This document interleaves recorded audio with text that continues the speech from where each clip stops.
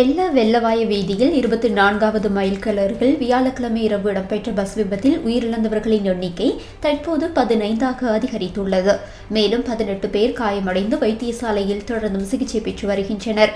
உயிரிழந்தவர்களில் 9 பெண்களும் 6 ஆண்களும் அடங்குவதாக போலீசார் தெரிவித்தனர். 11 ஆண்களும் 7 பெண்களும் காயமடைந்து வைத்தியசாலையில் அனுமதிக்கப்பட்டுள்ளதுடன் அவர்களில் 5 சிறுவர்களும் அடங்குவதாக தெரிவிக்கப்பட்டுள்ளது. சுற்றுலா சென்று திரும்பிக் கொண்டிருந்தவர்களை ஏற்றிச் சென்ற பஸ் 200 மீட்டர் பள்ளத்தாக்கில் விழுந்ததால் இந்த விபத்து ஏற்பட்டுள்ளதாக போலீசார் தெரிவித்துள்ளனர். பஸ் எதிரே வந்த ஜீப்புடன் மோதியதுடன் வீதி பாதுகாப்பு வேலியையும் இடித்து பள்ளத்தில் பாய்ந்துள்ளது. விபத்தில் சிக்கிய பஸ் தங்காலை நகரசபை பணியாளர்கள் குழுவை ஏற்றிச் சென்றுள்ளதாக தெரியவந்துள்ளது. போலீசார், ராணுவம், விமானப்படை, தீயணைப்பு திணைக்களம் மற்றும் அந்த பகுதி மக்கள் இணைந்து விபத்தில் சிக்கியவர்களை மீட்டுள்ளனர். விபத்து நடந்த நேரத்தில் பஸ்ஸில் 30க்கும் மேற்பட்டோர் இருந்ததாக தெரிவிக்கப்பட்டுள்ளது. இருப்பினும் பஸ் விபத்து நடந்த இடத்தில் இருந்த மோசமான நிலைமைகள் காரணமாக அந்த குழுவை மீட்பதற்கு பெரும் முயற்சி எடுக்க வேண்டியிருந்ததாக போலீசார் தெரிவித்துள்ளனர்.